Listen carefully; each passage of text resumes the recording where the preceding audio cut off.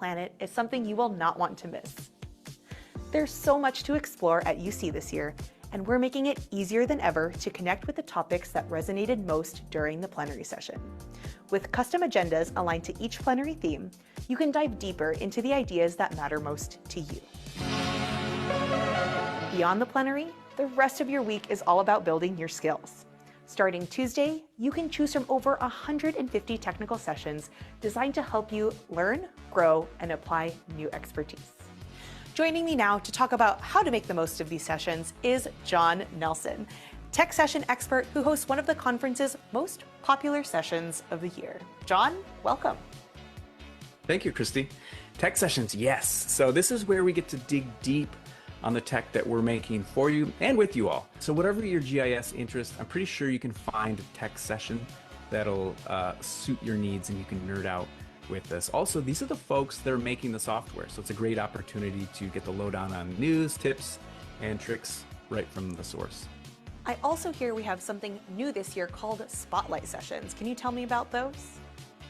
Yeah, Spotlight. So this is a handful of the really big interest topics that many of you are curious about. Not a surprise, AI and GIS. How can AI be leveraged to make you more productive? And the second one is digital twins in ArcGIS. How are we making ever more detailed, complex models of our world to help understand it better? And then the third one is analytics and data science and ArcGIS. So diving deep into the number crunching that underlies so much of what we do. You know, and speaking of doing, there is so much to do at UC. Do you have any tips for our attendees this year, especially since you've attended quite a few UCs yourself? Yes, Christy, it'll be no surprise to you, of course, but maybe some first-time folks might not realize the UC is a lot, and it's a good idea to get the app and search for topics that are interesting to you and build up a calendar. Use the app to build a calendar. And the app also has a fantastic map in it that you can cross-reference. So you can see if you're able to make the sprint all the way across the San Diego Convention Center between those tech sessions. But at the same time, I want you to be flexible. It's a crazy opportunity to meet fellow map friends from all over the world who are into the same stuff as you are. So, you know, be a little bit loose and leave time for conversations and hallway chats. Yes, and speaking of map friends, you, my map friend, what sessions are you going to be leading at UC? A bunch. I'm going to be busy. I've got one about blend modes, using blend modes to make kind of cool, interesting visualization techniques. Base maps is another topic that I'll be talking about with some wonderful colleagues.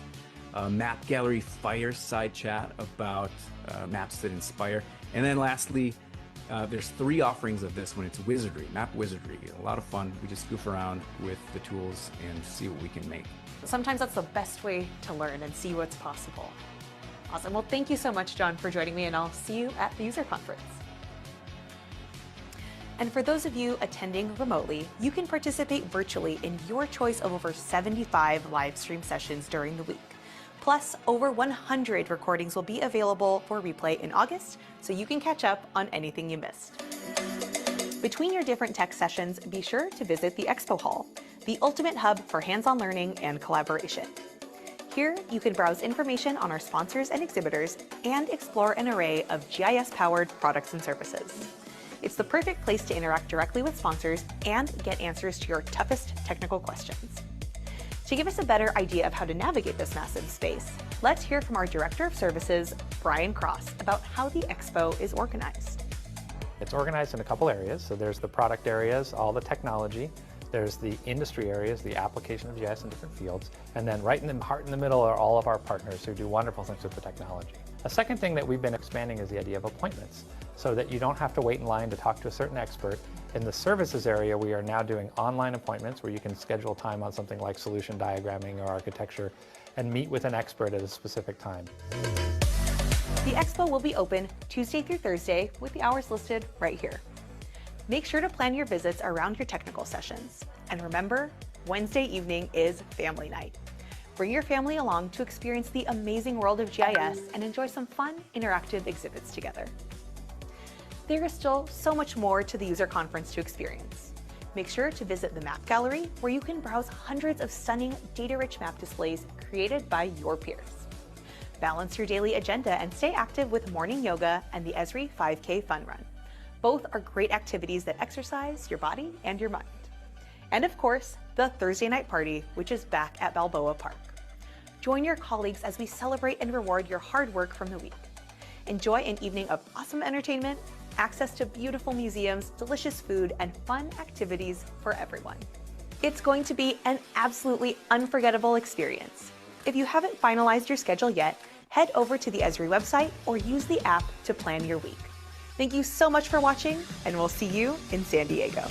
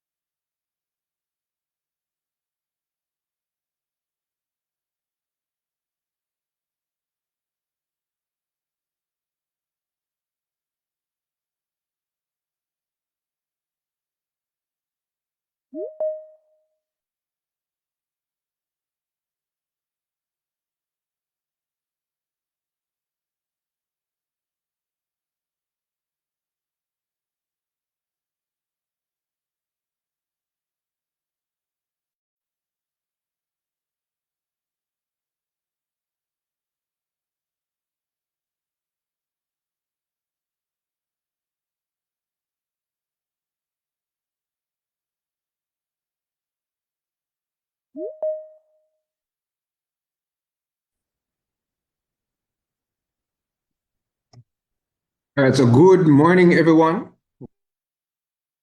Welcome you to our monthly. We want to give a special to new attendees and a very warm welcome to our returning attendees. In today's session, we will have Hopeton Ferguson, our VP of Strategic Solution. Hopeton will break down how digital twin technology helps you model risk, anticipate change, and plan smarter before the next climate event forces your hand. In this session, you'll walk away with a clear framework for reactive to proactive planning, insight into how digital twins simulate real-world climate scenarios, as well as practical steps to strengthen your infrastructure resilience. Hopeton, now over to you.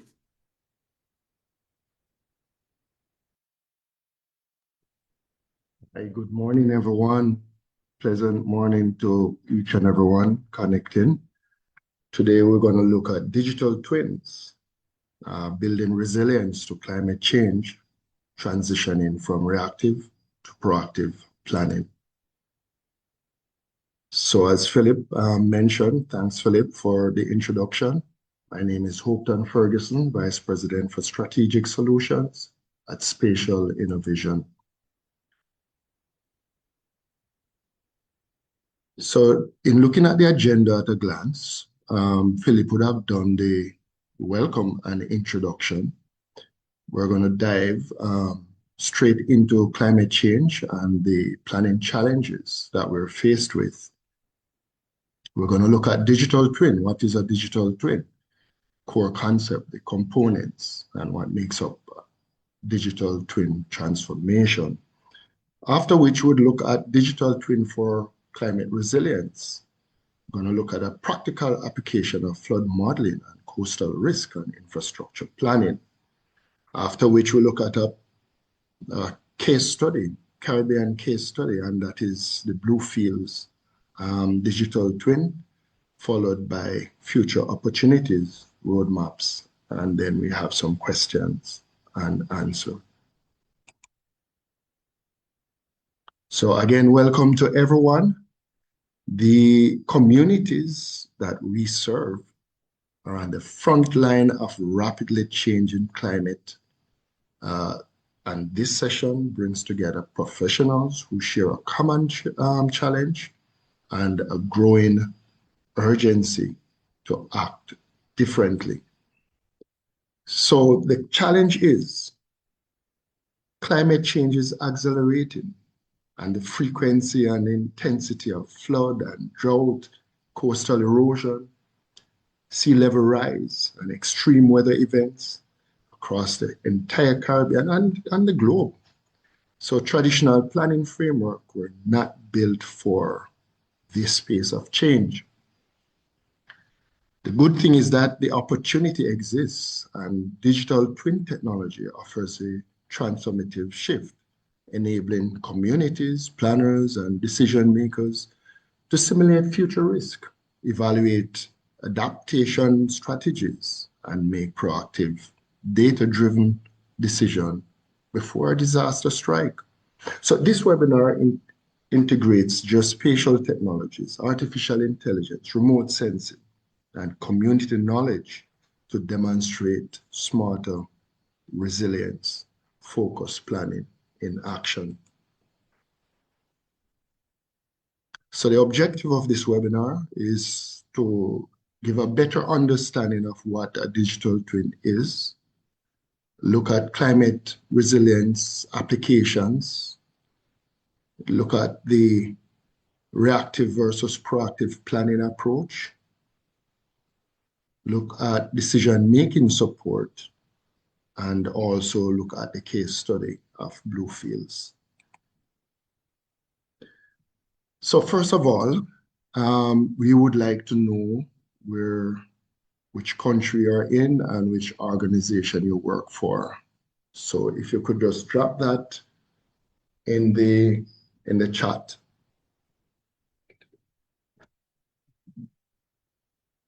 All right, you could just drop it in the chat so we can know which country you're from and which organization you work with.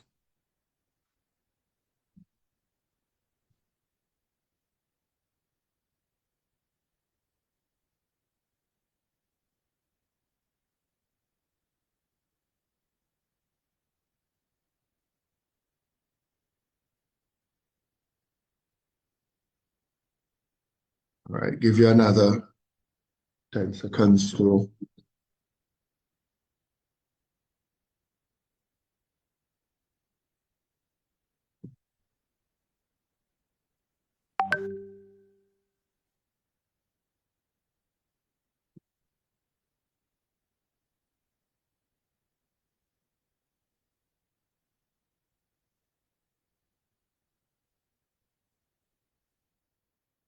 All right.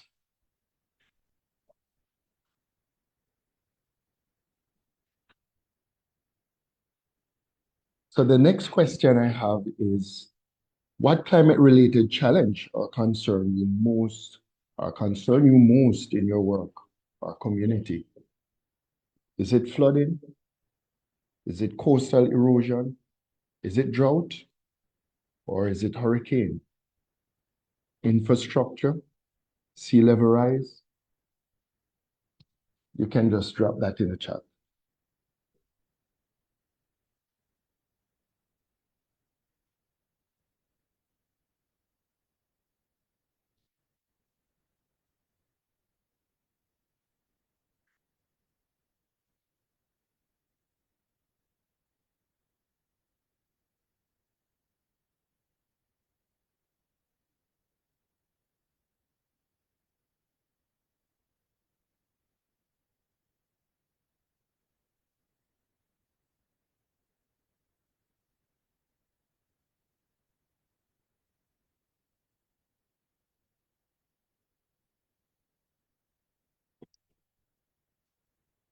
All right, great stuff. Nice.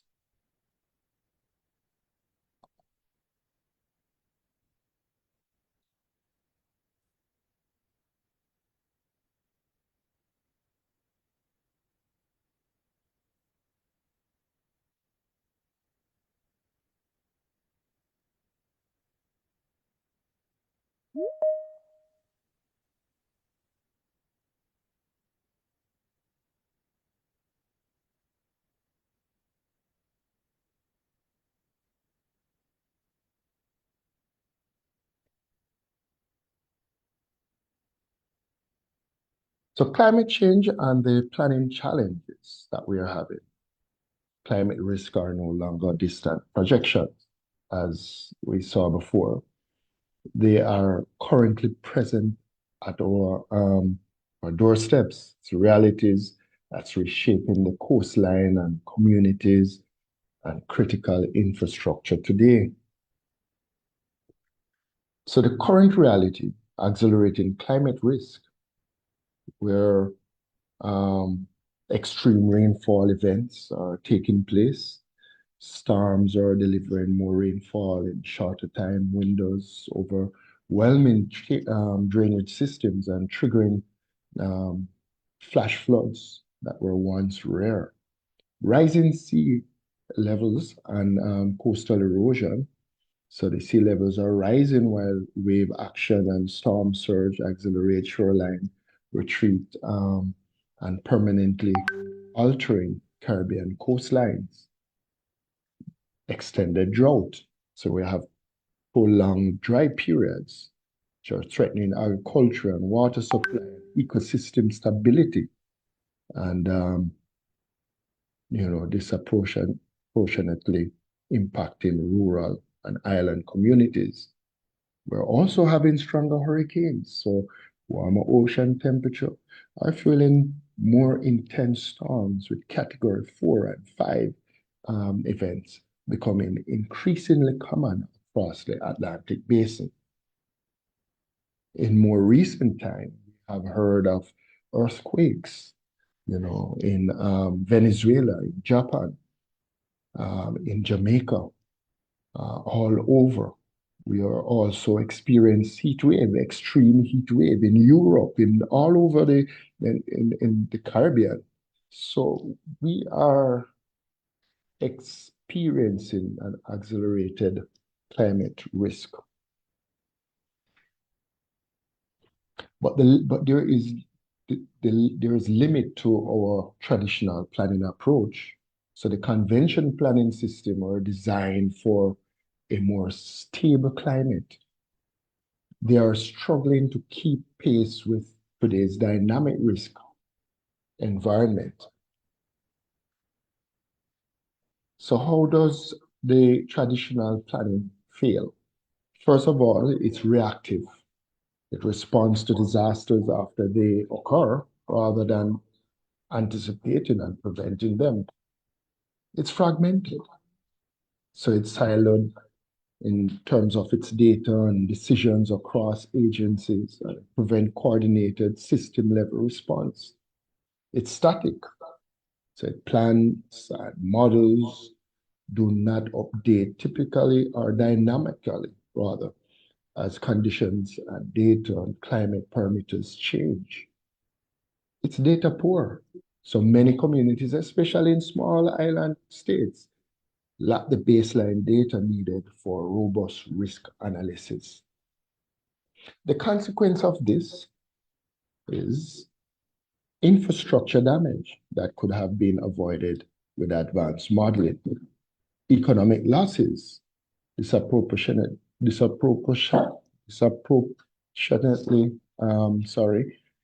borne by vulnerable population, community displacement following events that exceed planning assumptions, and increased vulnerability as population grow in high-risk zones without adequate guidance.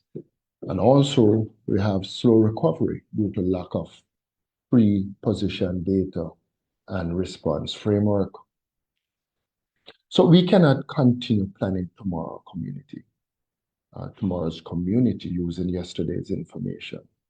The pace of climate change demands a fundamental shift from static, reactive system to dynamic, anticipatory planning powered by real-time data and simulation. And that is where digital twin comes in. But what is a digital twin? Digital twin is a living, data-driven replica of the physical world, enabling planners and decision makers to test, to simulate, and to optimize before acting in the real world. So digital twin is a dynamic, virtual representation of the physical system, continuously updating with real-world data, mirror current conditions, and simulate future scenarios. So it's a virtual replica, a high-fidelity digital model of physical infrastructure, the terrain, the coastline, buildings of or ecosystems built from surveys, satellite imagery, and sensor data. It's also a real-time data integration, continuously updated via the Internet of Things sensors, remote sensing, weather feed, and community inputs, keeping the model synchronized with real-world condition. Digital twin is also a scenario simulation or used for scenario simulation. So where planners can run what if simulations, testing how a category 4 or 5 hurricane, a 1 meter sea level rise, or a 100-year flood would affect the system. It can actually simulate that process. It also is used for decision support. So we have output informing the infrastructure investment, evacuation routing, land use policy, and adaptation strategies, translating data into actionable guidance. So the technology stack behind the digital twin combine together to give you the best result. Digital twin is not seen as a single tool, but more an integrated ecosystem of technologies. They all work in concert to create a continuous evolving model of what the real world looks like. So first of all, we have the geospatial data, the GIS, the topographic survey, the LiDAR. Then we have the remote sensing aspect of it, which we have the satellite imagery, drone, the UAV surveys, etc. And then we have the artificial intelligence through machine learning, predictive analytics, and pattern recognition. Then we have the Internet of Things sensor. And this is where you have the real-time environmental monitoring, water gauge, tide sensors, etc., and etc., and also community knowledge. We cannot afford to leave out the community knowledge. And this is where you have the local data, the traditional ecological knowledge participating in mapping. And finally, we have cloud computing. And this helps with data storage and processing, visualization. You know, the power of a digital twin lies in its integration. So each layer of data strengthens the model's accuracy and enable more reliable simulations and more confident decisions. So we're going to look at digital twins for climate resilience. So from flood forecasting to infrastructure hardening, digital twins are changing what is possible in climate adaptation planning. So from reactive to predictive, the planning process is being shifted. Core value of a digital twin is the ability to act and evidence before disaster strikes, replacing the costly cycle of response, a rebuild and repeat. So we have initially the reactive planning approach, where disaster occur or damage assessment done or response is delayed. Then we have the data-informed planning, where we have the historical data-guided data guides design and risk zone mapped. Now we have the proactive approach, which is a digital twin approach, and it simulates scenarios, it tests interventions, and it decide pre-event. So digital twins don't just improve planning, they fundamentally reframe the relationship between risk and response. Planners move from asking what happened to ask what could happen and how do we prepare for this. So some climate resilient applications, and this is just a few out of many of them. So we have flood risk modeling as an application, and this stimulates storm surge, river flooding, and drainage failure under varying rainfall intensities and sea level rise scenarios to identify vulnerable zones before inundation actually occurs. Then we have infrastructure test applications. So it tests the resilience of roads, bridges, utilities, and coastal defense against uh, projected extreme events, identifying critical failure points, and prioritizing hardening investment. We also have community risk mapping application, so layer socioeconomic vulnerability data with physical risk to identify the communities most exposed, enabling targeted, equitable adaptation, intervention, evacuation planning. So model evacuation, it can model evacuation routes on the real-time disaster scenario, accounting for road damage, population distribution, and shelter capacity to optimize emergency response. Also, water resources management is another application that we can use digital twin for. So it monitor and simulate watershed dynamics, groundwater depletion, and drought impacts to support sustainable water allocation across competing demands. Also, nature-based solutions as applications. It models the protected value of mangroves, coral reefs, and wetlands, quantifying how ecosystems resolution reduce coastal flood exposure and wave energy. So in looking at the Caribbean case study, the Bluefields digital twin, which is a real-world implementation demonstrating how digital twin technology can be deployed in a small island developing state context with limited resources and high stakes. The Bluefields Jamaica digital twin in action, where the Bluefields Bay and Jamaica's southwest coast is a low-lying fishing community, highly exposed to coastal flooding, storm surge, and sea level rise, making it ideal and urgent candidate for a digital twin. So the key technologies deployed were LiDAR and drone surveys to get high resolution terrain and coastal mapping, satellite remote sensing, looking at shoreline detection and land cover change analysis, hydrodynamic flood modeling, looking at storm surge and sea level rise scenarios, community participatory mapping, integrating local ecological knowledge, and also GIS-based vulnerability assessment, layering physical and social risk data. The outcome and insight of this, it identify high-risk inundated or inundation zones not captured in existing national hazard maps. It modeled the protective value of coastal mangroves in reducing wave impact.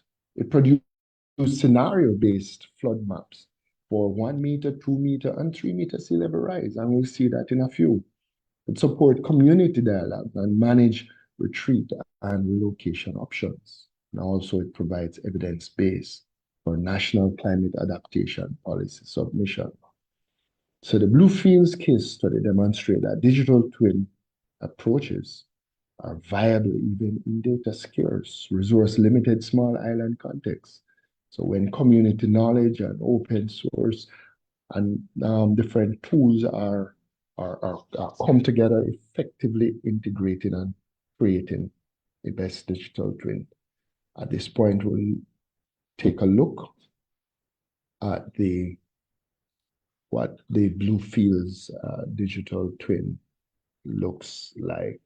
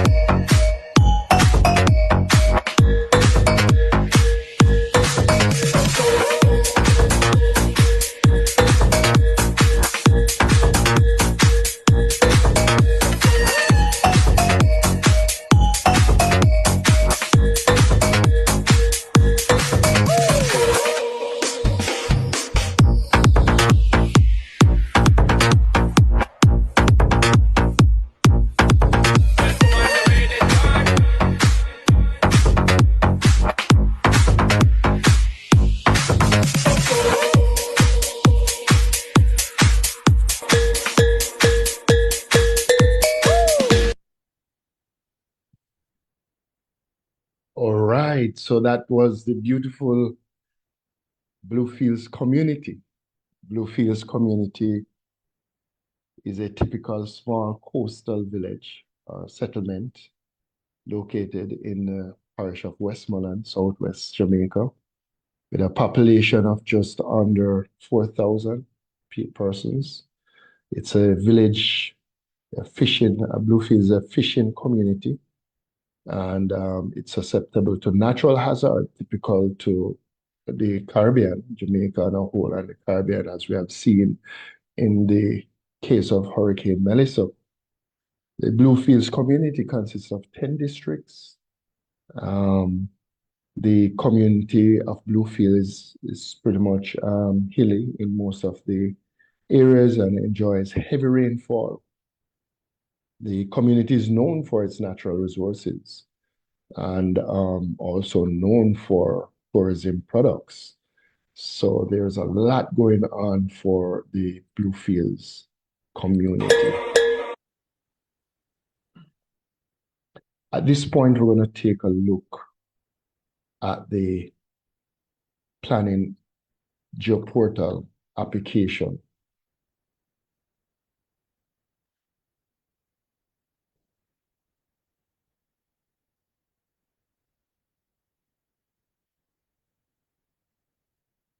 So as we take a look at the Bluefields Climate Smart and Resilient Settlement Risk Assessment Platform,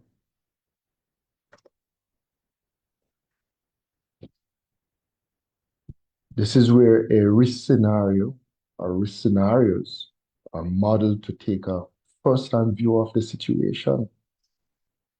So as soon as you click on projects, you get a drop-down menu of different types of risk scenarios. These are coastal erosion due to sea level rise, flood from storm surge, landslide, and steep inland zone, and also hurricane impact. So in looking at the coastal erosion risk scenario due to sea level rise,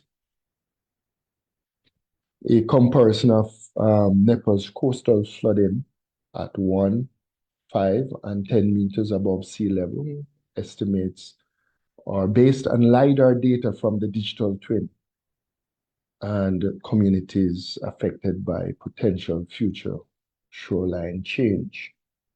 So what we're seeing on the map, once you click on an area, it gives you the value in that particular area, whether it is 1 meter, 5 meter, 10 feet, 10 meter above sea level rise, and each color representing the level of hazard from yellow all the way to green.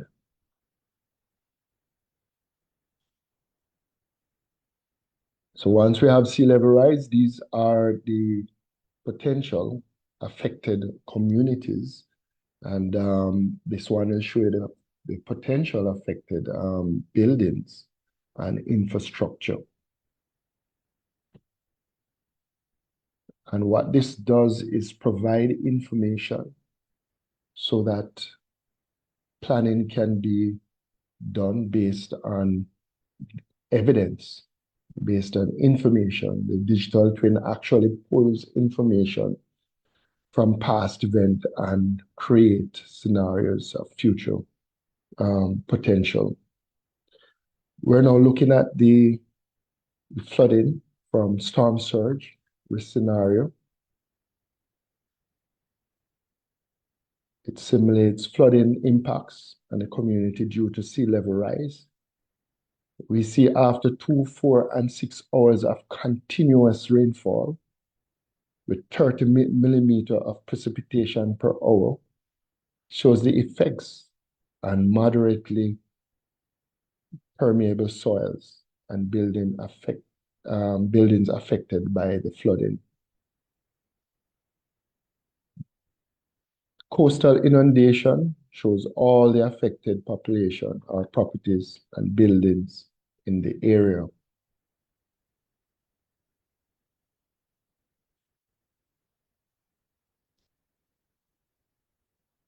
Now, if you should take a look, those are the buildings that are affected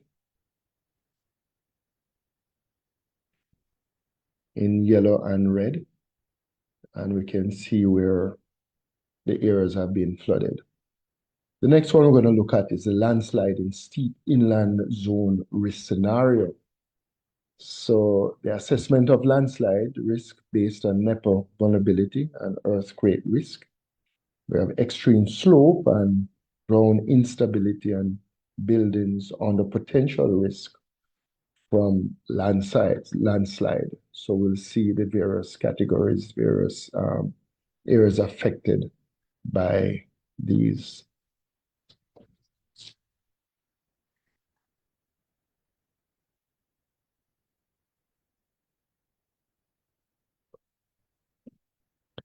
So in looking at the digital twin, we love to call this a system of system or system of system architecture.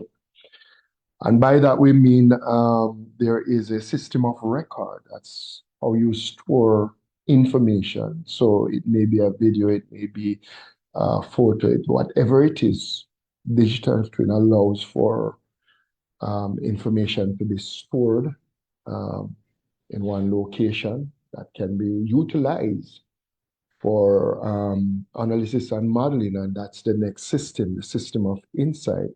It allows for advanced analytics and modeling capabilities that transform raw data into actionable intelligence through predictive modeling and risk assessment, algorithm, scenario planning tools, and impact analysis.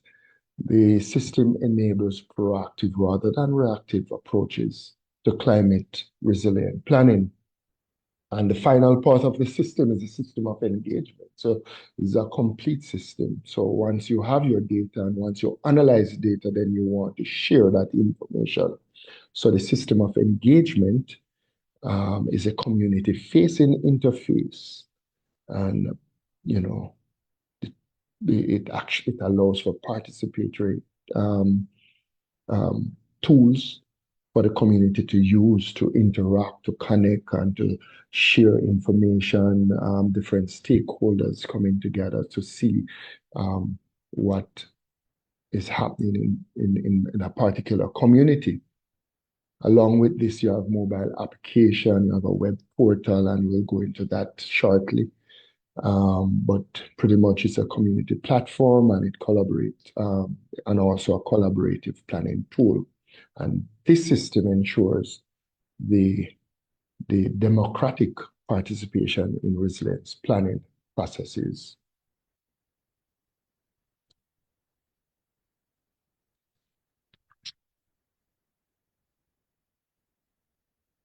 So we're going to have a look, see, and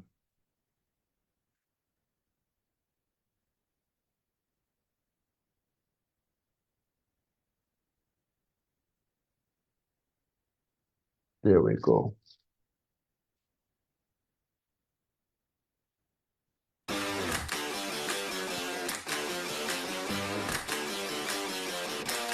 Hello, 1 everyone, second. and welcome back as we continue preparing for the 2026 Esri User Conference. There we go. So this is the risk scenario platform, as we have just demonstrated. It allows you to actually move around into the community. You can see, photos of selected areas. And I'll tell you, this is the Bluefields Beach. I would say once was the beach, because the last time I went 3 weeks ago, the water was right up to the fence. So we're seeing the effects of climate change. Actually, this is before, all of this is showing um, before Melissa. And of course, you'd have seen the various scenario. So what we're going to do is now look back on the community itself and the digital twin. And I'm going to show you before and after. So this is before the stroke of Melissa, showing different districts within the community of Bluefields, and it allows you to pan around um, and be able to see. A matter of fact, what I probably should also do is allow you to view all of this on your cell phone. You'll just give me a sec.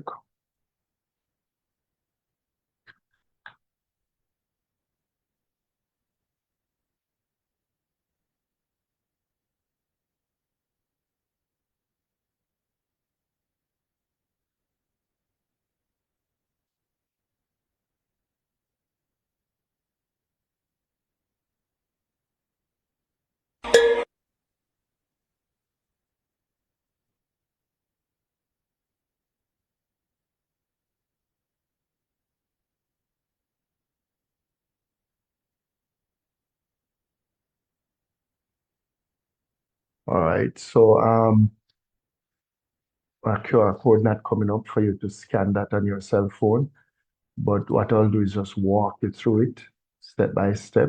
So we have the Bluefields, we have Bluefields community, and there is a Bluefields district. So this is the Belmont district, and this is the Bluefields district. This is along the beach. And this is one of the communities called Brighton. So we have a number of communities, including farm, and you can actually go in and view what's happening there even before being there underground. You can have a good understanding of what exists. So this is showing the digital twin of blue fields. This is also showing, as you'd have seen before in demonstration, the digital twin overlaid by the disaster or the scenario where you have storm surge and riverine floodings, rain falling there.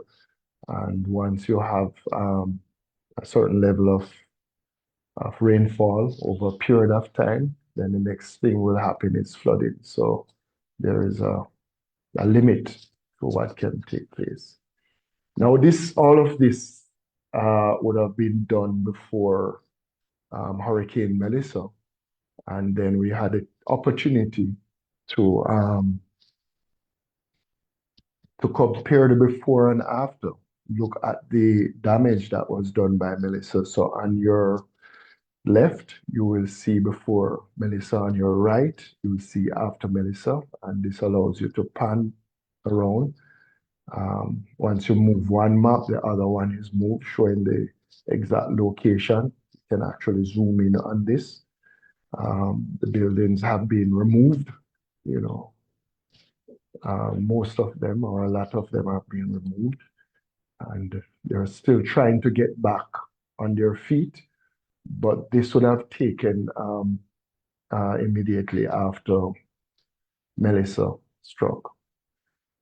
Not only that, but also we can look at a damage report that was done. So we'll see, for example, the affected faces, surfaces, crops, affected buildings, affected structures, and so on, and inhabitants.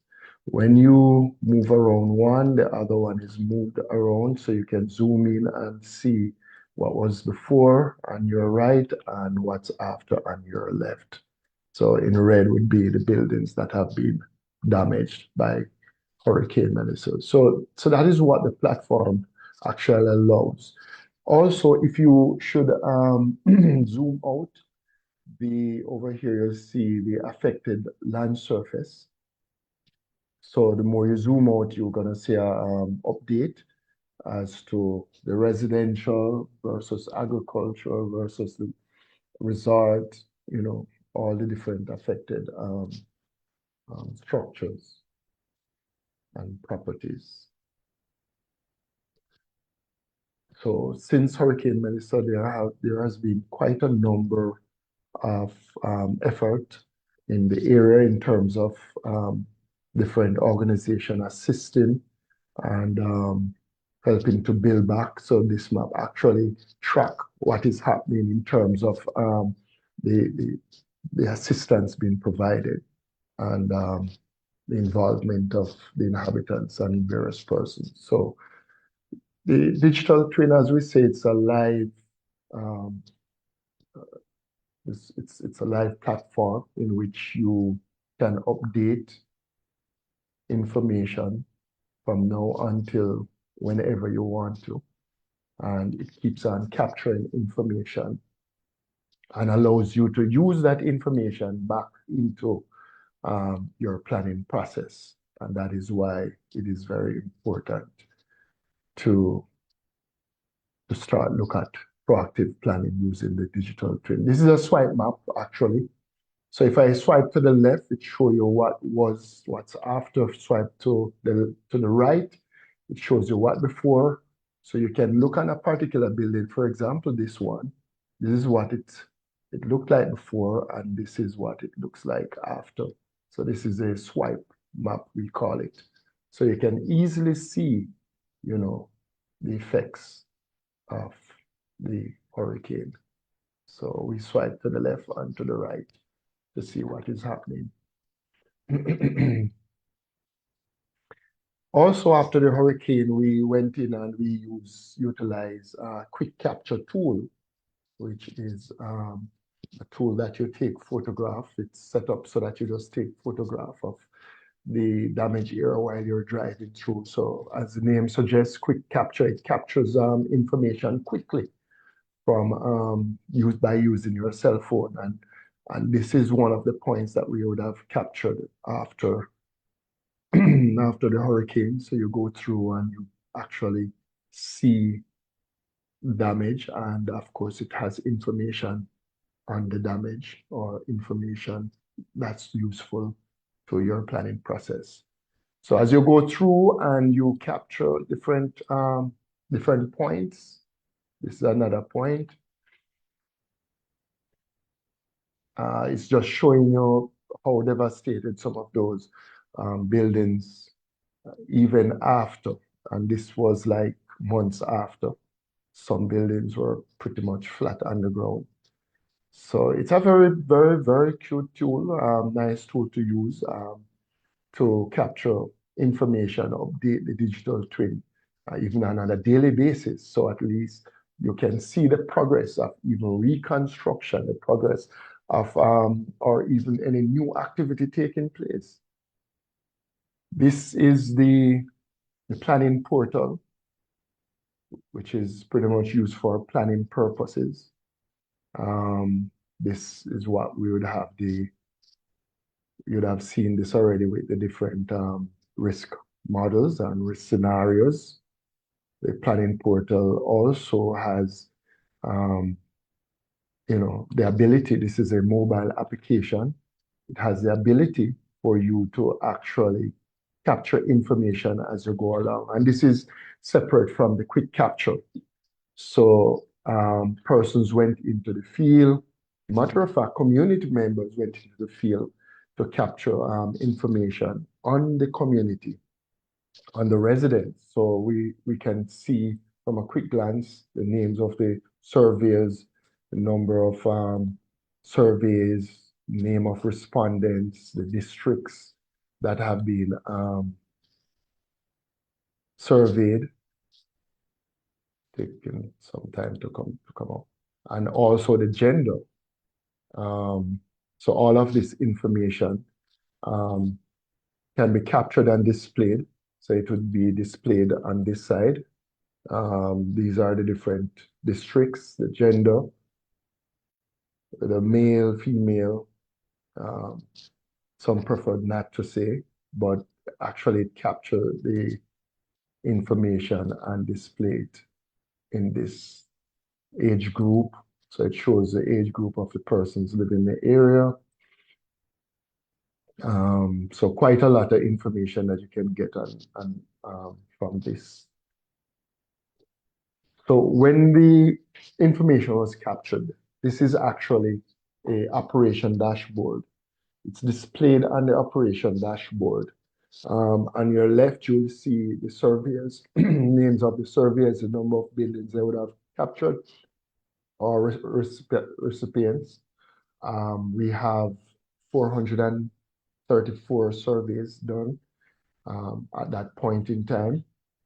And we have the points here displayed. And also we have gender captured, the building use captured, all the information that you want to capture.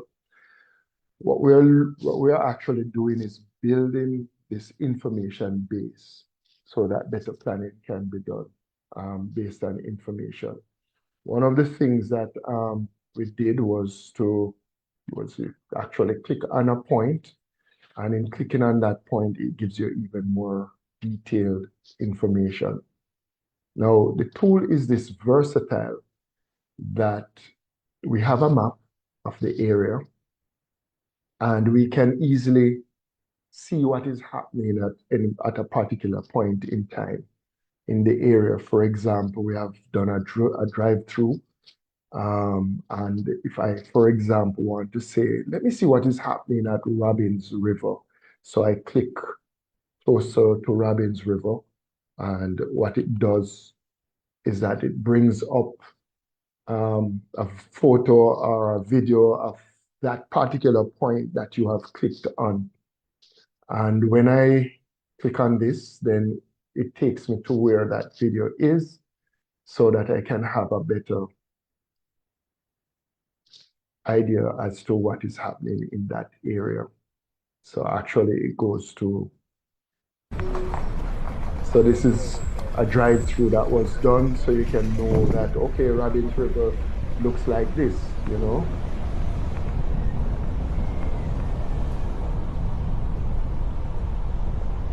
We can do it in another area,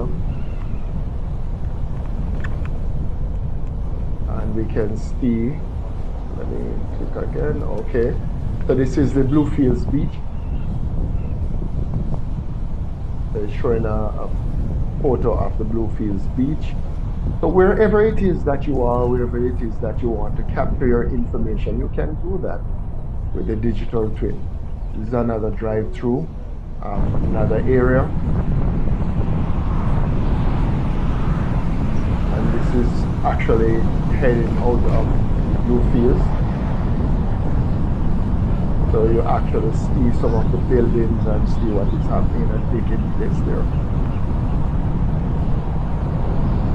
So this was actually done by a 3D camera, 360-degree camera rather, which allows you to capture information in 360 degrees and display it.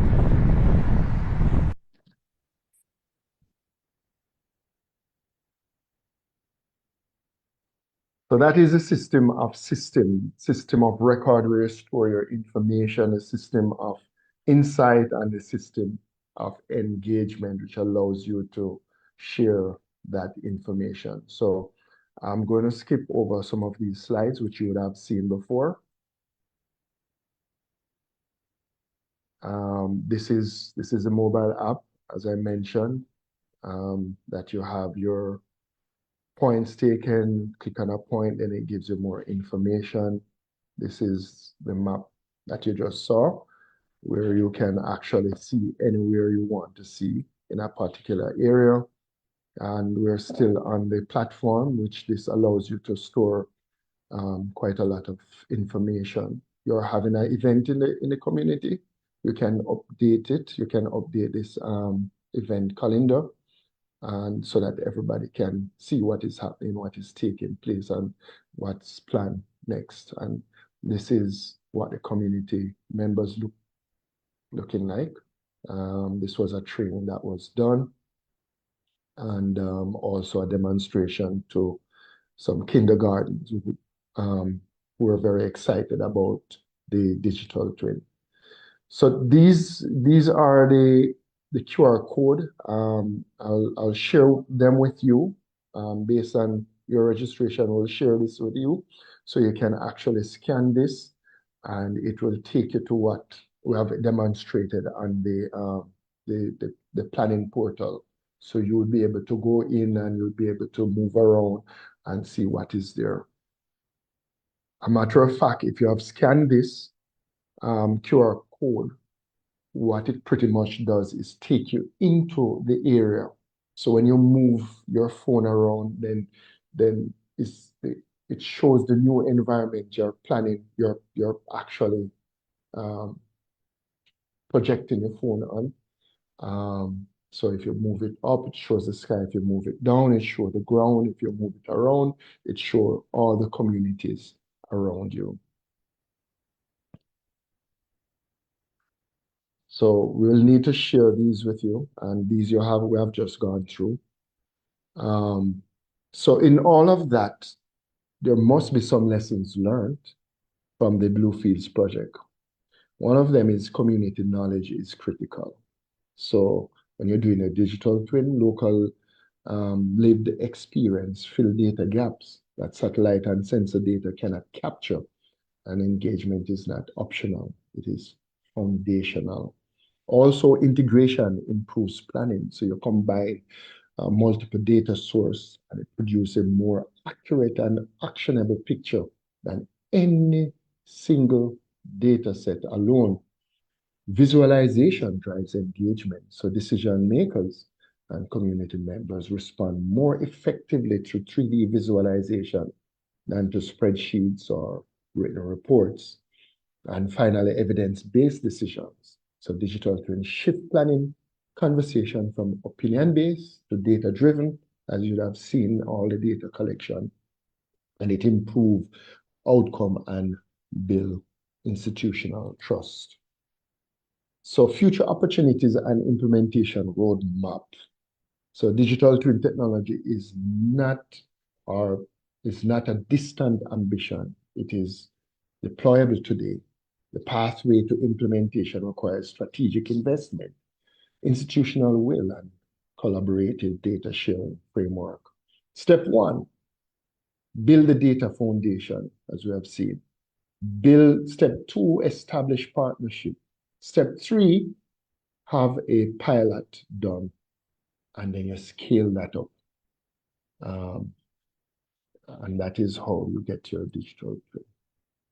So digital twins for climate resilience in the Caribbean, a practical guide to understanding, applying, and implementing dynamic digital representation tool for smarter and more resilient planning across the region. So we're looking from maps to simulation. We have a technology that is evolving. So digital twin represent the third and most powerful generation of spatial planning tool. It's building on decades of advancement or advances in mapping and design. So the first stage was GIS, geographic mapping, where it was static and layers of spatial data used to understand the current state of the environment. Then it moved to the geodesign stage. And this is a planning and design stage. It's integrating spatial analysis with design workflow to inform land use and infrastructure decisions. Now we are at the third revolution, stage three, digital twin, where it simulates you have simulation and decision support in real-time data-driven environment that model future scenarios and guide policies. Components of digital twin. So for a robust digital twin, draw from the three integrated layers, each essential to generating actionable insights. So you have the data input, you have the models, and you have the simulation. When these three pillars are integrated, planners gain the ability to ask complex what-if questions and receive evidence-based answers grounded in real-world conditions. So in terms of implementing your digital twin, first of all, you need to define your problem, clarify your objective and your scope. Then you collect your data, gather data from different sensors and different places. You create a digital twin, and then you move to maintain and scale up that digital twin. Key success factors. So the technical tools alone, do not determine outcome. So the following enabling conditions are essential for a digital twin initiative to deliver a lasting value. You must have leadership, commitment in your organization or in your country or wherever it is that you're doing that digital twin for. Data sharing is very important. Stakeholder collaboration, where you pull information, pull all the different stakeholders together, to create this. And there needs to be sustainability. So some level of funding, it could be a PPP, a public-private partnership, where different organizations contribute. And then finally, a policy integration. So the digital twin output must be formally embedded in the national and local planning legislation to ensure decisions are routinely informed by the evidence generated. The opportunity exists. We are a region of frontline climate change effect. The Caribbean nations are among the world's most climate vulnerable, yet they contribute least to global emissions. Digital twins do not solve the injustice, but they give planners the best available tool to protect lives, to preserve ecosystems, and make every dollar of investment count. The technology is proven. The methodology is replicable. The case study in Bluefield demonstrates that even resource-constrained communities can build sophisticated, actionable digital twin models when the right partnerships and the data and the commitment are in place. Question is no longer whether to adapt to digital twins. It is how quickly the region can scale them. This is it for now. Thank you very much. And I leave you with this last word. Effective resilience is not just about planning for risk. It's about empowering people with the tools, the knowledge, the partnership to shape their own future. Thank you. All right, so thank you, Hopeton. And just a notice that the chat is now open. So if there are any questions, you can just relay that in the chat here.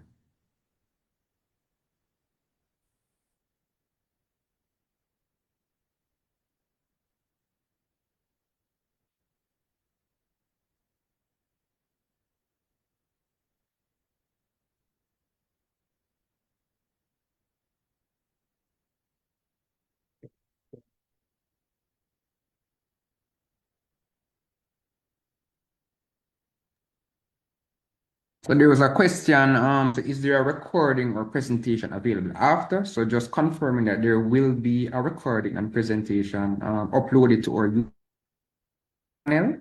So you can just tune in for that. And a question is, how do you incorporate social issues and how is the information verified? So in terms of social issues, this can be incorporated. For example, if there is a activity, whatever is happening at a particular location that can be picked up, because everything has a location. One of the things that we have done is come together as a community or with the community as a big stakeholder to better understand their issues and what's happening, what's taking place, and that can also be mapped. So there are many different areas or ways that the social issues can be incorporated.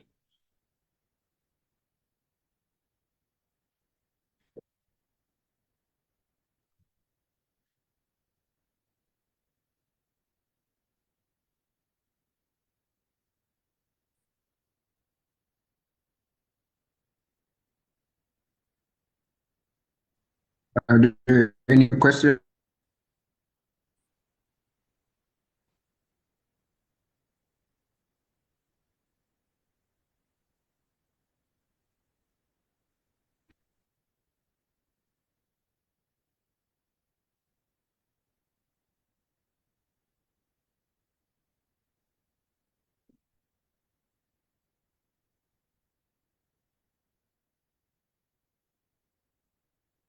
So I have one question, if I may. Now that you have seen what digital twin is and what it can do, what would you like digital twin to do for you? You can just drop that in the chat for me, please.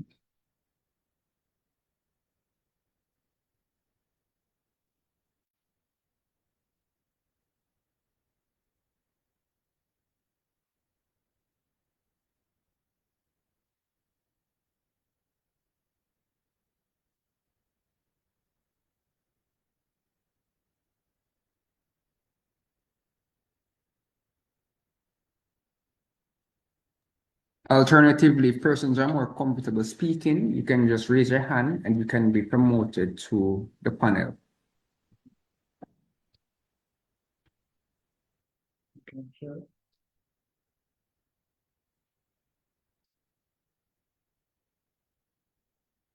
All right, so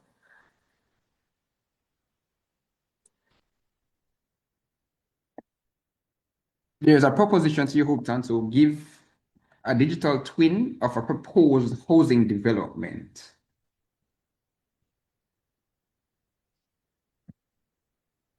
Can you read that for me again, please?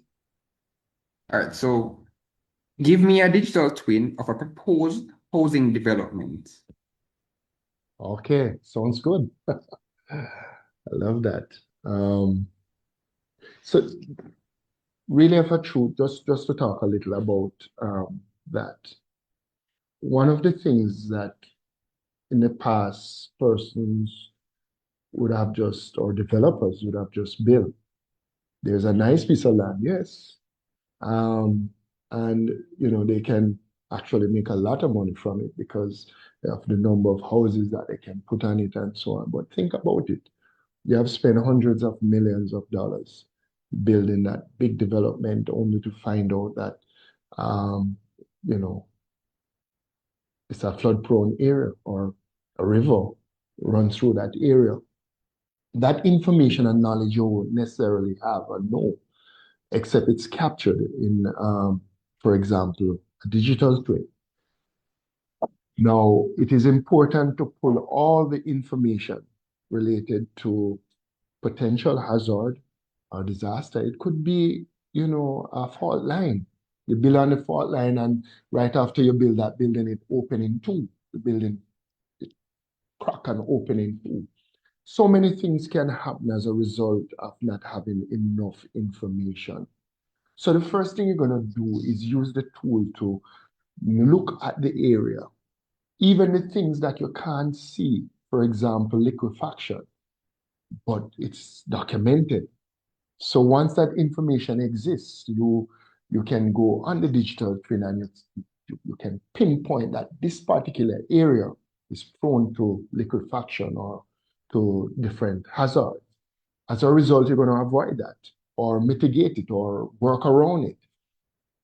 So you want to do your studies first to see which area is best to build on, which area to put what activity on. So many things that you want to find out. So when you design and set up your building, then you know that you are sure that it won't be damaged by some of the more common stuff. Maybe something out of the blue, I don't know. But that's just one aspect. That's the planning stage of your development. But also during development, you use a digital twin to track the development, to track your material, to track what is happening, to track even the very staff working. And then now you want to advertise. You can have before, you can have after, you can have during, and you can have after. So whatever it's going to look like, you can set up your digital twin that persons can be anywhere in the world and have a walk through that development even before you actually um, done the development. So there's so many different ways. That's just a few that I mentioned, but there's so much that you can do with the digital twin. Thanks for that question.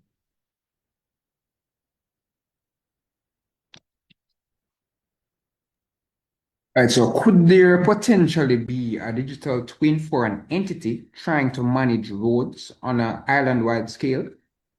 Oh yes, I mean that's probably is a must. I don't believe any form of planning, road planning, should be done without a digital twin. And the reason for that is that we have seen our roads. We have seen, whichever country you're from, a lot of things happening, potholes, road breakaway, and, all of that.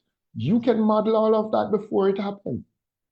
So, before you even build the road at design stage, you're going to pick up all the information in your alignment. And it just so happened that I was in charge of roads at Jamalco. So in terms of the design and construction and so on. So that is one of my specialties. But it is very important that this design is done properly, all the information about the area that you're going to put your road through. Um, it's important to have that. A matter of fact, one of the things that I recommend is that even before, just being environmentally friendly, even before you design your road, then it is very important to even use capture using say, LiDAR information that seep through the canopy of the trees, the leaves of the trees, and pick up the terrain information.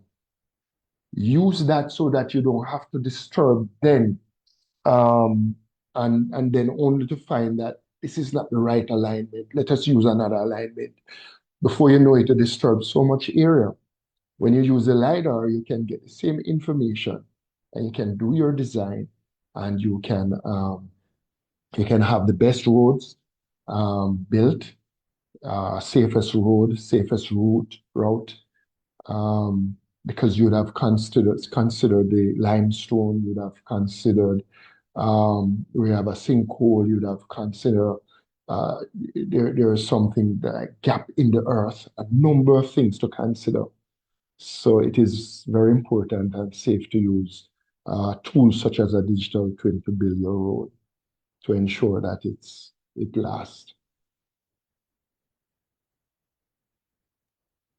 All right, so somebody wants to know your availability student research. She's hoping to help the development of frameworks and policies in her country to adopt DT. All So right, she just wants to know your availability. that sounds good. At the bottom of your screen, you see an email address.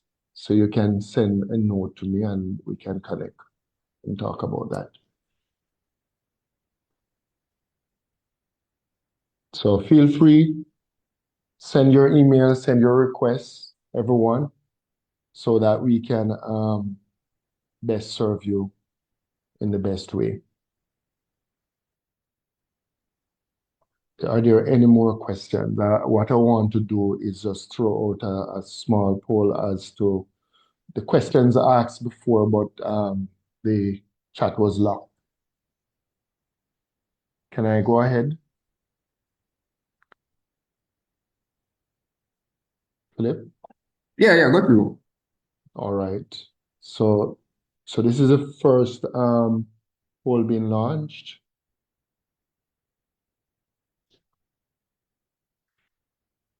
And persons can scan the QR code and respond.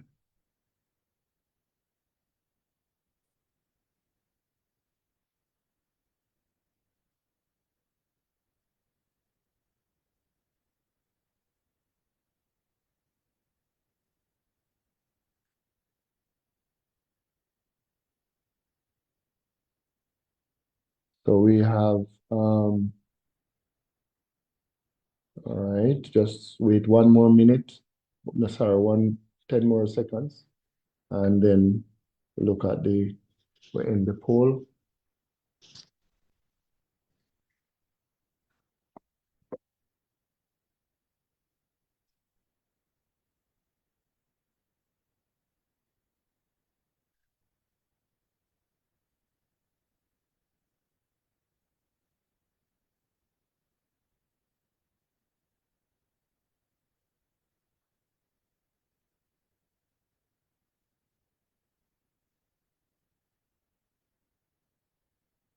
So here we have the result of this poll. Trinidad and Tobago, Jamaica, Bahamas,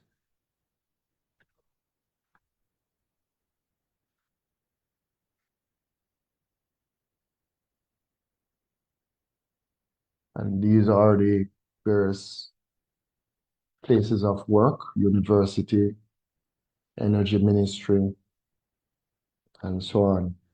Very good. Nice. Thank you for that.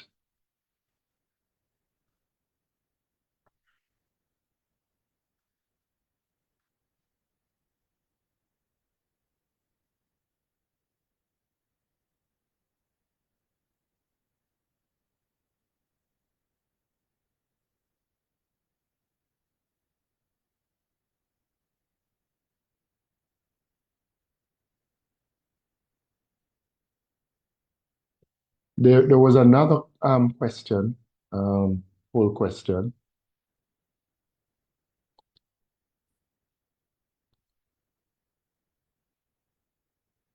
But I'll stop there and find out, are there any other questions, Philip?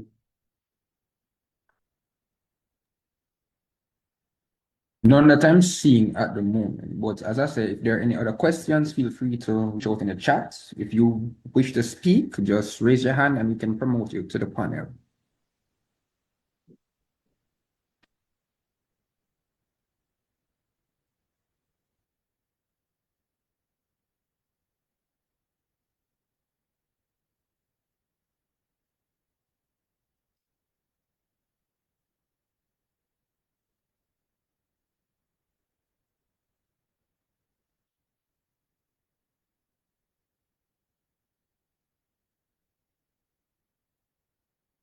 All right.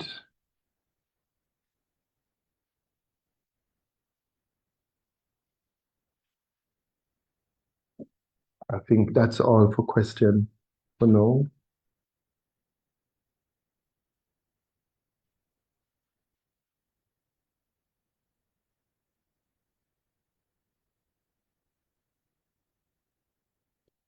So I'm seeing a question. Do you offer training for DT implementation, or this is just a service you provide? At the moment, it's just a service provided.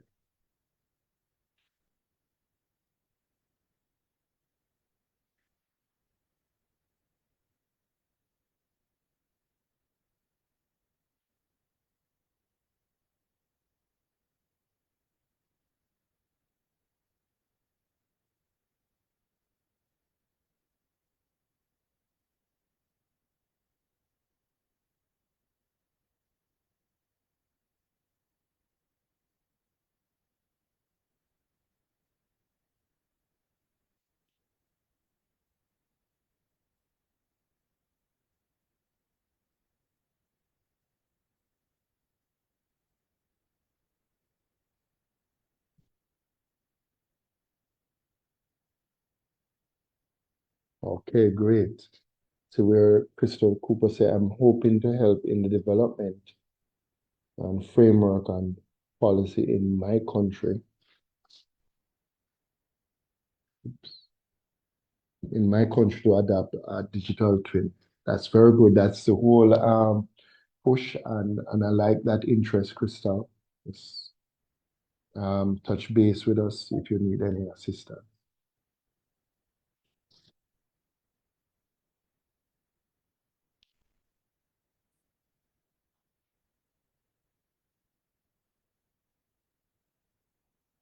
All right, I think that's it for now.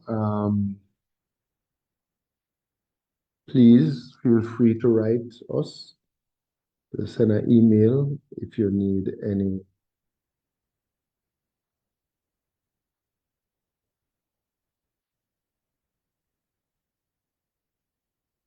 I hope, Tom, we want for your insightful presentation. I want to thank attendees for joining us today. And can be reached at vpgeospatial@spatialvision.com. So everyone, have a great rest of your day. Thank you. All right, thank you all, and all the best. Take care.